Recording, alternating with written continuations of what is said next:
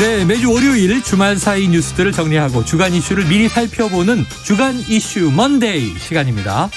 톡 쏘는 사이다처럼 주간 이슈를 해설하는 시사계의 새해는 피오나 여왕으로 하려고 그랬더니 공주가 좋으시다고. 피오나 공주 노영희 변호사님이 나오셨습니다. 어서 오세요. 네, 안녕하세요. 자, 시사래퍼 랩진봉 성공회대 신문방송학과의 최진봉 교수님. 어서 오세요. 안녕하십니까. 교수님도 뭐 이렇게 자기 하나 드려요? 시사본부에서? 아니요. 남작이나 백작 아니요, 이런 거 괜찮습니다. 드릴까요? 그냥 노영이만 해주십시오. 영희시대. 영희시대. 저는 올해도 영희시대. 영희시대 오로지 믿는 거군요? 영희시대. 예, 묻어가는 최진봉입니다. 자, 그래요. 본격적으로 한번 시작해 보죠. 자, 요건 조금 이제 오랜만의 뉴스긴 한데 검찰이 도이치모터스 주가 조작 의혹을 받아온 이 윤석열 후보의 배우자죠. 김건희 씨에게 소환 통보를 했다. 이런 보도가 나왔습니다. 출석 일정은 조율 중이다. 자, 그런데 문제는 이 권오수 회장은 구속 기소됐는데 주요 인물 등의 사건 가담 여부는 계속 수사할 것이다. 자, 주요 인물 맞습니까? 노 변호사님?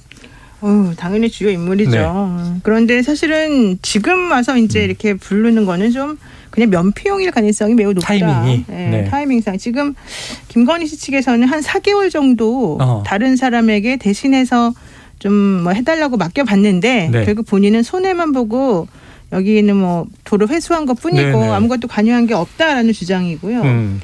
권오수 회장이나 다른 사람들도 뭐 특별히 뭐 김건희 씨가 관여했다라거나 쩐주였다라거나 이런 주장을 하지 않고 있거든요. 네. 그리고 이미 소환 조사하기 전에 서면 조사는 받은 걸로 알고 있어요. 서면 조사님이 했다. 그렇다면은 그 서면 조사 받은 것과 관련해서 하도 안 온다고 그러니까 한번 이제 확인해 본다라는 측면이 있는 것 같고요. 그다음에 정진상 씨 측에서 예. 와서 좀 그 대장동 관련해서 조사 받아라라고 하니까 이건 이재명 이제 후보 측이죠. 네네. 그랬더니 이제 그쪽에서 아니 김건희 씨 측도 좀 받아야 되는 거 아닙니까? 뭐 이런 얘기도 한번 했대요. 네네. 그러니까는 그것과 또 한번 균형을 맞추는 측면에서도 네네. 부르는 것 같아요. 제가 봤을 때는. 네, 근데 그런다고 해서 뭐가 달라질 것 같지는 않고 이미 결론은 정해진 것 같아요. 결론은 정해진 것 같다. 야, 이 날카로운 법조인인 노영희 변호사님이 타이밍이 그렇게 뭐 대단한 것 같진 않다. 그렇죠. 면피용이다. 네. 그러니까 이제 소환 통보의 시점 자체에 대해서 조금 이제 뜨아한 상황이고요. 자, 그런데 김건희 씨가 권오수 회장에게서 소개받았다. 주가 조작의 선수 이른바 이모 씨 신한은행 계좌를 맡겼다. 그 주가 조작에 가담한 거 아니냐 이런 혐의인데 지금 이제 소환 통보는 했다고 하는데 시기가 묘하다. 그럼 최진봉 교수님은 어떻게 진단하세요? 그러니까 지금 노영희 변호사 말씀처럼 기본적으로 이게 결과가 바뀔 가능성이 낮아 보여서 안타까워요. 네. 그러니까 일단 뭐 서면 조사하고 그 전에 발표한 일부는 또 무혐의 처리까지 했잖아요. 이미. 그런 걸로 보면 과연 검찰이 김건희 씨에 대해서 어떻게 수사를 하고 있는지 상당히 좀 뭐 개인적인 생각입니다. 의문이 들고요. 그럼에도 불구하고 의지 문제다. 네, 그렇게 보여지고 소환 통보를 한 것은 소환도 안 하고 끝나면 더 비판이 커질 거예요. 가만히 있겠습니까? 민주당이나 아니면 이제 김건희 씨에 대해서 고발을 했던 시민사회단체 같은 경우에는 상당히 반발이 크게 일어날 가능성이 있다고 저는 봐요. 네네. 그런 부분들을 의식했다고 봐요.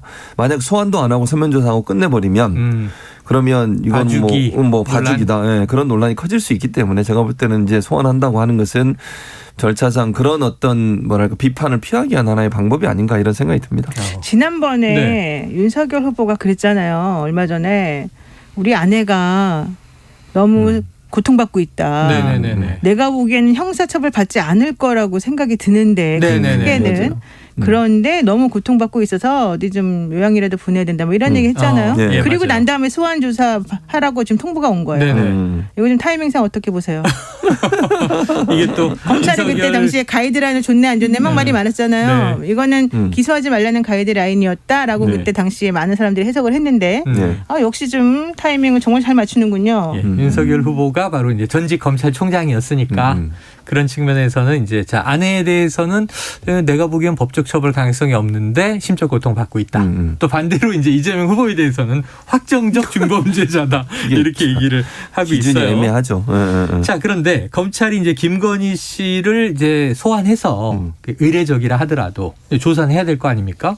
또 안 물어볼 수는 없잖아요. 앉아 있다 갈 수는 없으니까 이것저것 물어볼 텐데 그럼 도이치모터스 주가 조작 외에 지금 코바나 컨텐츠 협찬 의혹도 있어요.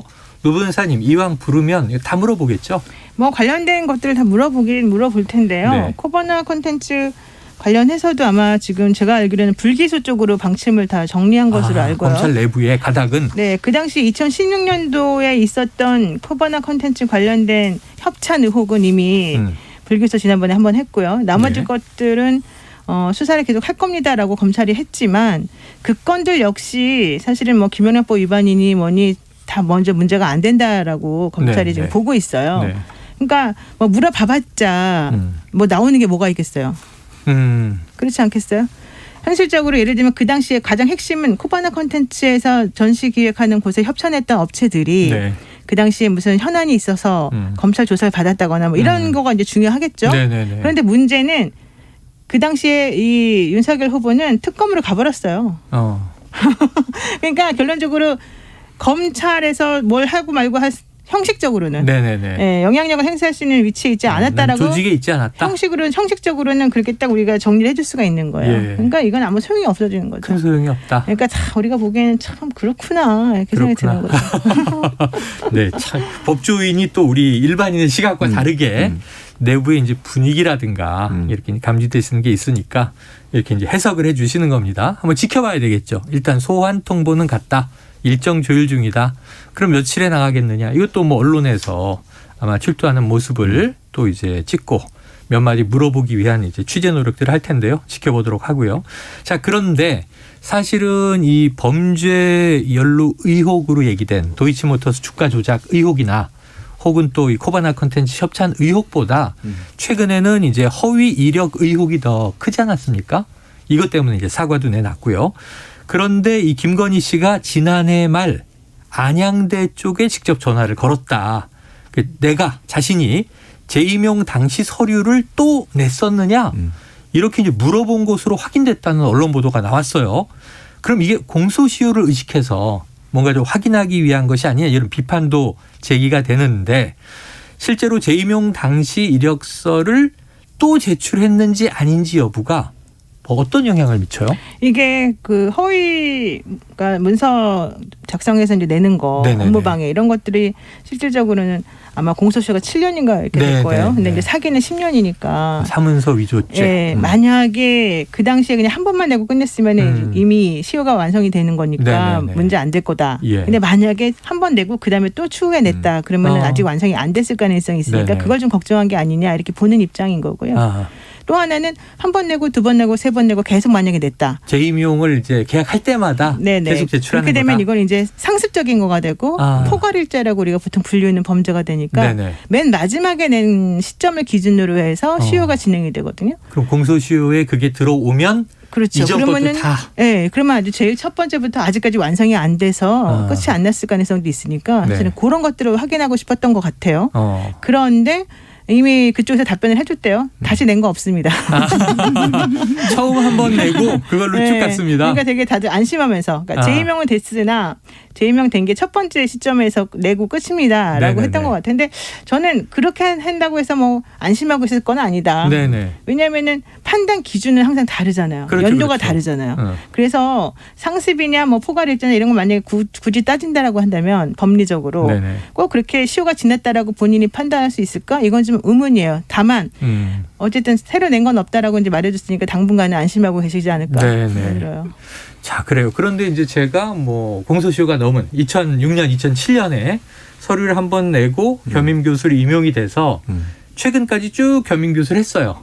그럼 그 이력서가 그냥 계속 유효하게 살아있는 거 아니에요? 그렇죠. 뭐 그러니까. 살아있고 또 이럴 수는 있어요. 그러니까 지금 그 전화를 한 사람은 받은 네. 사람은 네. 예전에 아마 김건희 씨가 제출할 때 일했던 분 같아요. 직원이. 지금은 그 업무는 아닌 것 같고. 아, 네네. 그러니까 이제 아마 학교 측에 직접 그 제가 기사를 보면 학교 측에 직접 전화가 어려우니까 예전에 해당 부서에 연락한 게 아니라 네, 알던 예전에 직원에게. 아, 그렇죠. 그러니까 그건 전혀 다른 차원일 수 있다. 그러니까 네, 본인이 네, 네. 기억할 때는 그때 한번 받고 다시는 안 받았다고 얘기를 하시는데 네. 그게 과연 그런 건지는 진짜 사실관계 확인해야 한다고 저는 보고 첫째는. 둘째는 지금 말씀하신 것처럼 만약에 재임용 과정에 심사를 다시 해야 되면 제출을 안 했다고 하면요. 네네. 그전에 이력서를 다시 봐야 돼요. 네. 그런 거잖아요. 그렇죠, 예를 들면 어떤 사람을 재임용해야 돼. 그러면 이 사람이 업데이트를 해서 내든지 만약에 지금의 인터뷰처럼 그분이 말씀하신 다시 안 냈다 하더라도 학교 네네. 측이 심사를 하는 입장에서는 그 이력서를 다시 끄집어내서 봐야 돼요. 네. 그러지 않고 재임용을 할 수는 없는 거 아니겠어요? 그러니까 재임용 시점에는 다시 낸 걸로 봐야죠. 그럼요. 그렇게 봐야 된다는 거죠. 들어간 서류가 유효하다는 것을 재확인하는 과정을 거쳐서 그렇죠. 재임용이 된 것으로. 그렇죠. 그리고 대체적으로 보면 제 개인적인 이건 입장입니다만 재임용할 때는 다시 업데이트를 해달라고 그래요. 이력서가 업데이트가 되잖아요. 사람이 계속 똑같은 거 가지고 몇 년 동안 계속 이력서가 갖출 수도 있지만 그분이 다른 경력이 있을 수도 있고 다른 또 경험이 있을 수도 있고 수상 경력이 있을 수도 있으니까 다시 제출해달라는 의견을 내는 게 일반적인데 만약 그 학교에서 그렇게 하지 않았다고 하더라도 그 전에 이력서를 다시 봤을 가능성은 있다. 저는 그렇게 봅니다. 심사 과정에서. 그래서 다시 재임용에 기존 서류가 영향을 주었다면 그렇게 볼 수 있다는 거죠. 업데이트된 것으로 볼 수도 있지 않느냐. 이게 이제 해석의 문제예요. 그게 좀 전에 제가 말한 거예요. 지켜보도록 하죠. 그래서 다시 안 냈다고 안심할 것은 아니다. 노 변호사님 말씀하신 건 이제 그런 해석의 여지가 있다는 거죠. 자, 이게 한편 김건희 씨 의혹에 대해서 국민의힘과 윤석열 후보 이게 지금 대선 과정에서 영부인 후보라고 해서 벌어지는 일이니까 이제 당과 후보 측의 대응 전략이 뭐냐 이게 궁금한데 최 교수님은 어떤 대응 전략으로 보세요 지금? 일단 가능한 한 이런 문제가 불거지는 것을 되게 부담스러워해요. 윤석열 후보 측에서는. 뭐 첫째는 가장 중요한 윤석열 후보가 대통령 후보가 될 수 있었던 가장 기본적인 이유가 뭡니까? 정의, 공정 이런 거잖아요. 상식 뭐 이런 거. 그거 외치고 나왔어요. 그리고 문재인 정부는 그거 없다고 막 비판하고 이러면서 본인이 대통령 후보가 된 거잖아요. 조국 전 장관 관련 수사하고 이러면서. 그런 과정을 통해서 했는데 본인의 부인을 보니까 지금 나온 의혹들로 기준으로 말씀드리면 물론 뭐 모든 게 확정된 게 아니니까 제가 단정적으로 말씀드릴 수 없지만 이 의혹만으로도 상당히 큰 타격을 입었어요. 국민들이 볼 때 그렇게 공정을 외치더니 조국 전 장관 가족에 대해서는 그렇게 엄격한 잣대를 대더니 왜 본인의 부인이나 본인에 대해서 그렇게 잣대가 너무 느슨하냐. 이게 무슨 공정이냐. 이건 뭐 선택적 공정이냐. 이런 비판이 커지잖아요. 그러니까 김건희 씨 건과 같은 경우 이런 얘기가 자꾸 나오면 나올수록 본인의 이미지에 엄청난 타격이 올 수밖에 없어요. 본인이 갖고 있는 유일한 제가 제 표현입니다. 이건 유일한 이미지 공정. 이게 무너지면 과연 윤석열 후보는 뭘로 버틸 수 있겠냐는 거예요. 예를 들면 정책적 자질이나 이런 부분도 사실 상당히 좀 논란이 되고 있고 비판을 받고 있는 상황에서는요. 공정이 무너지면 사실은 윤석열 후보의 지지는 상당히 많이 흔들릴 가능성이 있어요. 그러니까 상당히 민감하게 반응하고 근데 이걸 일일이 본인들이 더 막 얘기하는 것보단 가만히 있다가 문제 나오면 대응하는 양식을 쓱 띄는 거죠. 왜냐하면 이게 이슈화 되는 것 자체가 상당히 부담스러울 거다. 그래서 무대응 방향으로 가는 게 아닌가 하는 생각이 듭니다. 그래서 올해 무대응을 하다가 김건희 씨가 직접 사과를 한 차례 내놓고 그 이후에는 또 이제 좀 여론 추이를 관망하는 이제 스탠스 아닌가 싶긴 한데 자, 이 대응을 안 하고 있는 것은 여당 후보도 마찬가지다 이런 얘기도 나와요. 자, 대장동 의혹 핵심 결제 라인이다. 자, 더불어민주당 지금 정진상 선거대책위원회 비서실 부실장인데 검찰 소환 조사가 불발됐다 이런 보도가 나왔습니다. 정 부실장은 이재명 후보의 핵심 측근 중에 측근이다. 그런데 이제 이 그 소환이 불발됐다 함은 김건희 씨와 뭐 다르지 않게 한 달 가까이 소환 조사 놓고 이 접점을 못 찾고 있는 거 아니냐. 법조인으로 그럼 노 변호사님 형평성 문제도 그렇고 정진상 부실장 쪽은 어떻게 보십니까? 거기도 지금 이제 선거가 코앞이니까 그분이 되게 선거 선대위에서 중요한 역할을 하니까 영향을 주겠죠. 네, 당연히 이제 바쁘시겠죠. 그러니까 일정 조율이 사실은 상당히 어려운 걸로 보이는데요. 저는 그것도 그거지만은 거기도 서면 조사 같은 건 한번 했다는 걸로 제가 들었거든요. 그러니까 아마 서로 간에 양쪽에 다 마찬가지로 지금 그런 조사 일정을 확인을 하고 있는 것 같아요. 근데 이제 그거보다 더 중요하게 제가 말씀드리고 싶은 건 이 점이에요. 지금 여기서 문제점은 왜 정진상 실장을 꼭 불러서 확인하고 싶어 하느냐 보면은요. 그 황무성 초대 성남도시개발공사 사장이 물러난 사장 2015년 초에 이 임기를 채우지 못한 채 물러날 당시에 그 유동규 그 본부장을 사실은 그 자리에서 실세로 앉히기 위해서 그냥 이렇게 억압적으로 물러나게 했다는 게 핵심이잖아요. 그런데 사실은 그건 이제 그 주장 황 사장, 이 황무성 사장, 전 사장이 그 사장은 사실은 그 당시에 뭐 억압적으로 물러날 수밖에 없는 듯한 그런 그 녹취록은 물론 존재하지만 본인이 물러나기 싫어하는 듯한 그런 실제는 감사도 받았었고 문제도 되게 많았었고 그래서 물러날 수밖에 없는 구조가 있었어요. 거기에서 그 말을 한 그 당사자가 사실은 이 유동규가 아니라 이 사람에 대해서 말을 조금 정진상 실장의 이름을 언급하면서 뭔가 말은 했지만 실제 관여해서 그분이 무슨 직권남용했다거나 그런 거에 대한 뭐 직접적인 증거 같은 건 하나도 없거든요. 그렇다라고 한다면은 저는 이 정진상 실장 불러서 하는 것도 좋은데 그 당시에 이 황 사장이라는 사람이 정말로 이 도계공에서 일을 할 수 있을 만한 사람이었는지 또 혹은 물러날 수 있는 상황이 전혀 아니었는지. 네. 뭐 이런 여러 가지 것들에 대한 보강조사 이런 거 제대로 됐는지 이런 것들도 저는 먼저 객관적으로 필요하다고 봐요. 네네. 왜냐하면 정진상 실장 불러서 조사하는 거는 결국 그냥 물어보는 것밖에 안 되잖아요. 예, 예. 그럼 나머지 제일 중요한 거는 물리적이고 객관적인 증거가 있느냐 없느냐 하는 거거든요. 네. 근데 저는 그런 측면에서 봤을 때는 제가 아는 여러 가지 측면의 자료들을 그동안 검토를 해보니까 사실 그런 측면은 좀 아니었어요. 큰 역할이 없는 것 같다. 예, 그래서 아마도 정진상 실장 입장에서 보자면 네. 좀 억울하다라고 좀 생각을 하고 있는 것 할 수 같고. 있다. 그래서 저는 차라리 뭐 일정이 맞으면 당연히 조사를 받으러 가는 게 맞고요. 네. 가서 조사를 받아서 제대로 자기가 소명할 수 있는 것을 네네. 소명하는 게 저는 다 맞다고 봐요. 그렇죠. 왜냐하면 또 이제 뭐 본인은 나는 결백하다 네, 이렇게 할 수도 결백하면 맞는 있는데 거죠. 예. 안 나가면 또 수상하게 여론이 이상하게 볼 흘러갈 수 수 있거든요. 있으니까. 예. 자, 김건희 씨 쪽과 또 정진상 부실장 쪽 검찰 소환 놓고 지금 조금 힘겨루기가 있는데 어떻게 될지는 지켜봐야 될 것 같습니다. 자, 이 두 분과의 이야기할 아주 이게 제가 보기엔 이게 무슨 현상이지? 전 납득이 안 돼서 오늘 네. 두 분께 묻고 싶었던 오늘의 또 이슈가 있습니다. 신세계 정용진 부회장이 쏘아 올린 멸공 논란. 자, 이게 윤석열 후보가 마트에서 이른바 달파 멸치 콩을 사면서 정치권에 또 이 멸콩 논란이 불고 있는데요. 한번 육성을 듣고 와서 이야기 이어가겠습니다. 윤석열은 이마땡, 위키우는 쓱땡에서 주로 장을 봅니다.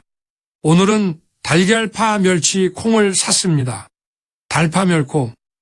오늘은 이마땡에서 장을 봤습니다. 오늘 저는 달걀, 파, 멸치, 콩을 좀 사봤습니다. 달파 멸콩.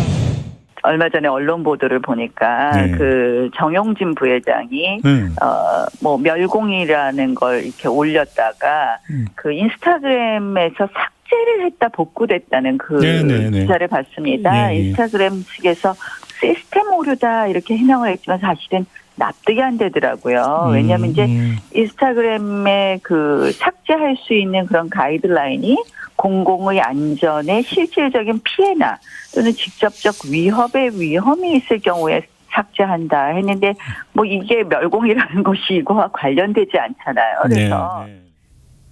자, 지금 뭐 이 AI 윤석열의 목소리 그리고 이제 김현주 국민의힘 상근 부대변인 나경원 전 의원 목소리를 차례로 듣고 오셨는데 멸공 근데 이게 이제 굳이 또 식재료들을 이렇게 상징으로 내세우다 보니까 멸콩 챌린지.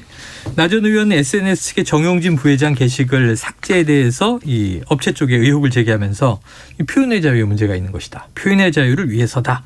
이런 답변도 했습니다. 자, 최 교수님. 네. 이 현상 어떻게 보세요? 멸공 챌린지. 그러니까 이게 표현의 자유 그렇게 얘기하시면 표현의 자유 있죠. 근데 그 표현에 대해서 책임도 지는 것이고 그 표현에 미치는 여러 가지 여론 영향에도 그대로 다 받으시는 거예요. 네. 그럼 표현의 자유니까 하시는 건 뭐 상관없습니다만.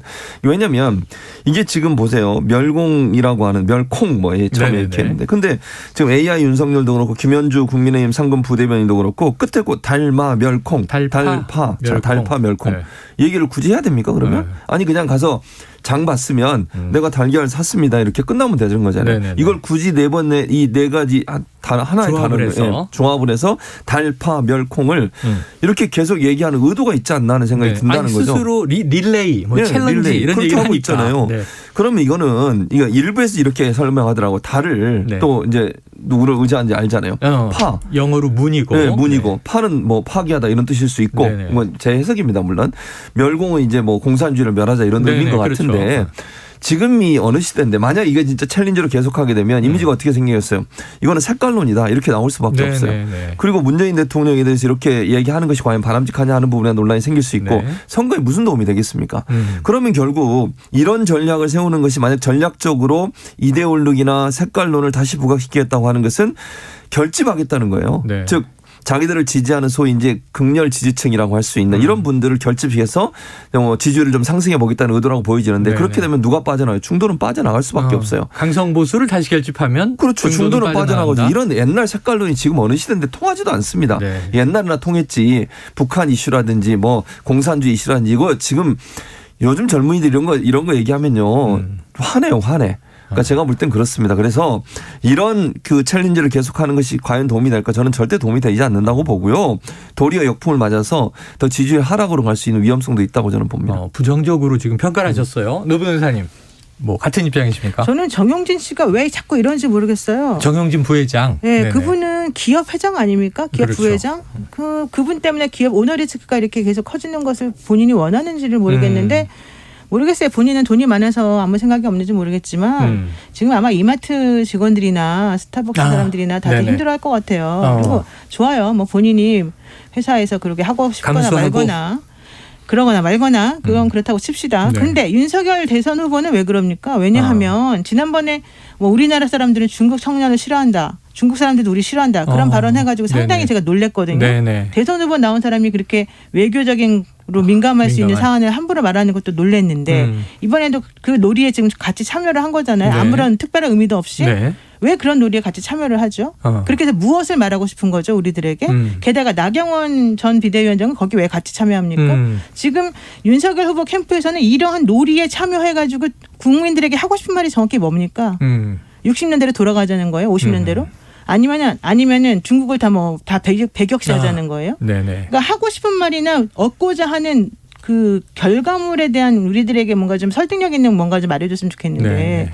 정확히 하고 싶은 게 뭔지 정말 국익에 하나도 도움이 안 되는 것 같고 네. 이렇게 자꾸 하면 저는 정말 네네. 걱정스러워요. 그래서 저도 조금 전에 이제 원희룡 정책본부장에게도 여쭤봤어요. 예. 근데 그 핵심적인 내용이 이게 재밌는 건 이거예요.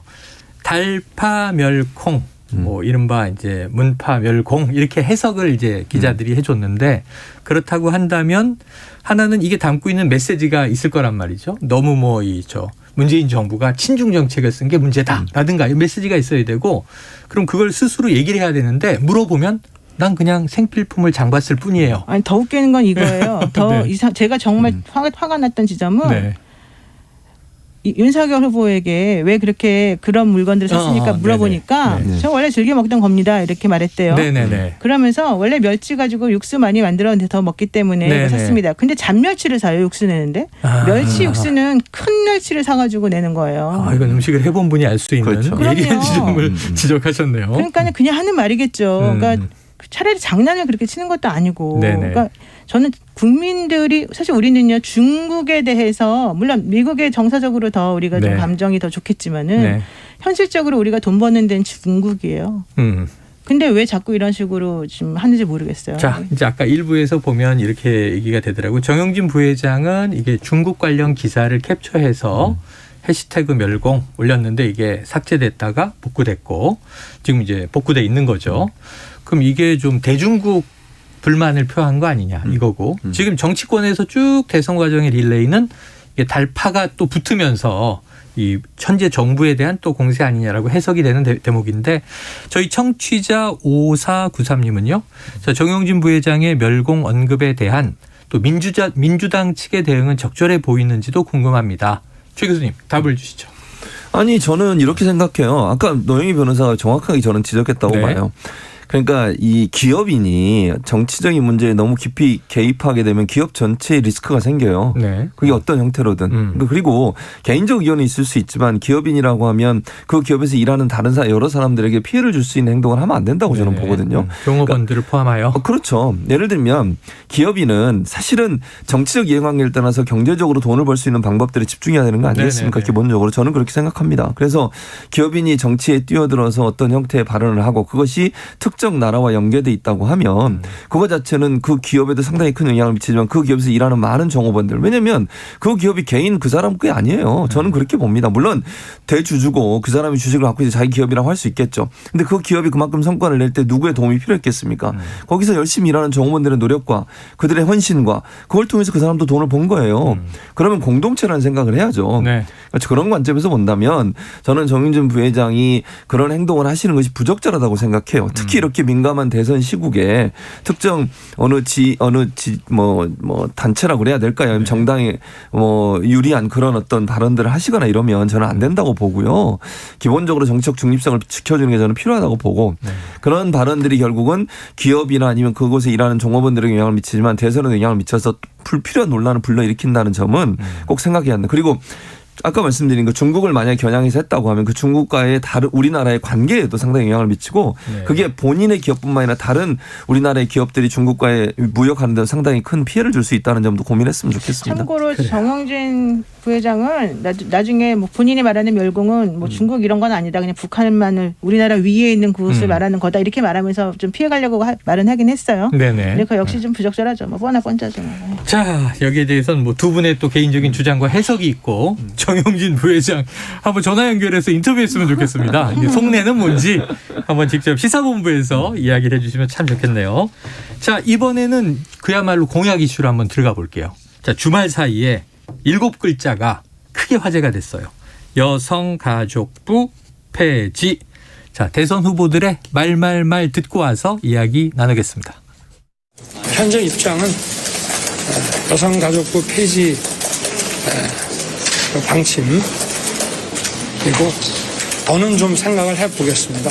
남녀 갈라치기 아니냐는 지적도 있는데 이건 어떻게 생각하시는지 궁금해요. 뭐든지 국가와 사회를 위해서 하는 일이라고 생각해 주시기 바랍니다. 가뜩이나 어려운 청년들을 남성 여성으로 갈라치기 하고 그 차별과 혐오에 편승해서 득표 활동을 하려고 하는 일은 대통령 후보가 해서는 안 되는 일이라고 생각합니다. 모든 사람들의 얘기를 가능하면 들어야 됩니다. 그 모두가 국민이기 때문에 듣는 행위 자체 그 자체를 봉쇄를 하면 사실은 문제가 생기지 않습니까? 네. 자, 이 한 줄짜리 메시지 30대 청년 참모의 아이디어였다고 하는데 어쨌든 후보가 썼으면 이제 대선 공약이 돼버린 거예요. 여기에 대해서 이제 긴 말은 없는데 이제 후보들의 입장은 다 다릅니다. 최 교수님 어떻게 진단하십니까? 그러니까 저는 그렇게 7글자 썼잖아요. 여성가족부 폐지. 네. 그게 잘못된 거예요. 그렇게 쓰면 안 되죠. 네네. 본인이 주장을 하려면 나중에 뭐 양성평등부를 만들겠다고 했다고 하는데 네네네. 그러면 이걸 여성가족부를 양성평등부로 바꾸겠습니다. 이랬으면 이렇게까지 논란이 되지 않았을 거라고 저는 생각해요. 7글자 썼잖아요. 여성가족부 폐지. 네. 그 갈라치기 하는 거죠. 누가 봐도 그렇게 들려요. 젠더 갈등을 유발하는 그리고요. 것이다. 이준석 대표하고 이게 또 포옹 한번 하시더니 네네. 또 결국 이준석 대표가 주장하는 그런 주장과 함께 가는 거 아닌가 하는 이 그런. 대표의 주장이다. 이 대표는 사실은 이대남을 기준으로 해서 선거 전략을 짜고 있잖아요. 네네. 또 본인의 지지층 이대남이라고 생각하고 있기 때문에 이준석 대표 입장에서는 이대남의 입장을 적극적으로 반영한다고 저는 봐요. 근데 그걸 윤석열 후보가 받아들인 거라고 보여지거든요. 네. 그러니까 이 이슈가 생긴 결국은 이제 여성과 갈등 문제고 그게 결국은 바람직한 저는 아니라고 봐요. 대선 후보들이 자꾸 남성 여성을 갈라치기 하는 게 무슨 도움이 되겠어요. 아니 대선이 통합의 시기가 돼야지 이게 물론 통합이 돼야 된다는 원론적인 문제지만 갈라치기 하고 분열되고 이런 거 하려고 대선하는 겁니까? 예. 그리고 남성 여성 무슨 차별이 있습니까? 동일하게 대우해 주자는 거잖아요 지금. 그러니까 예를 들면 남성이나 여성이나 서로 피해받고 있다면 그 부분 좀 조율해서 모든 사람이 성에 관계없이 동일한 혜택과 동일한 대우를 받는 그런 사회를 만들자는 겁니다. 네. 그럼 그렇게 접근을 해야지 여성가족 폐지하는 것이 그럼 양성평등을 이루는 방법입니까? 물론 바꿀 수는 있다고 봐요. 양성평등부 이름은.